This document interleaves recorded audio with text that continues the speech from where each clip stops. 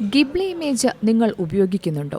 Ghibli image സുരക്ഷിതമാണോ? ഒരിക്കൽ upload ചെയ്താൽ എന്ത് സംഭവിക്കും? ഗിബ്ലി ഇഫക്റ്റുകൾ പണിയാകുമോ? ഗിബ്ലി ചിത്രങ്ങളും വീഡിയോകളും നിർമ്മിക്കാൻ ഇന്റർനെറ്റ് ഉപയോക്താക്കൾ ഇരച്ചെത്തിയപ്പോൾ ChatGPTയുടെ ഉപയോഗം അതിന്റെ സർവകാല റെക്കോർഡിലുമെത്തുന്നത് നാം കണ്ടു. ദിവസം നൂറുകണക്കിന് പേരാണ് തങ്ങളുടെ ഗിബ്ലി എഡിറ്റഡ് ഫോട്ടോകൾ സമൂഹമാധ്യമങ്ങളിൽ പങ്കുവയ്ക്കുന്നത്.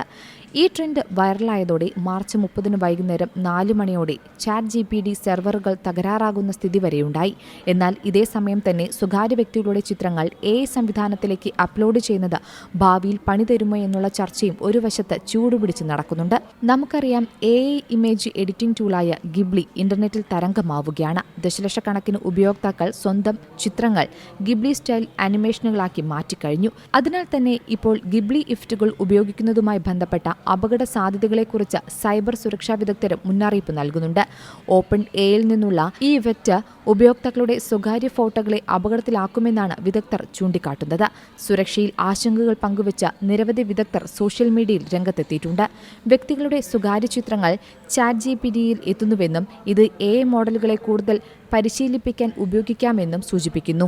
നിരവധി ഉപയോക്താക്കൾ ഇത് അശ്രദ്ധമായി അവരുടെ സ്വകാര്യ ഫോട്ടോകൾ ഓപ്പൺ എയുമായി പങ്കിടുന്നുണ്ടെന്നും കണക്കുകൾ പറയുന്നു. ഇത് ദീർഘകാലാടിസ്ഥാനത്തിൽ വലിയ അപകട സാധ്യതകൾ സൃഷ്ടിക്കുന്നുവെന്നും കണ്ടെത്തലുണ്ട്. ഗിബ്ലി ശൈലിയിലുള്ള ചിത്രങ്ങളുടെ അമിത ഉപയോഗം പകർപ്പവകാശ ലംഘനമാകാൻ സാധ്യതയുണ്ടെന്നും പറയുന്നു.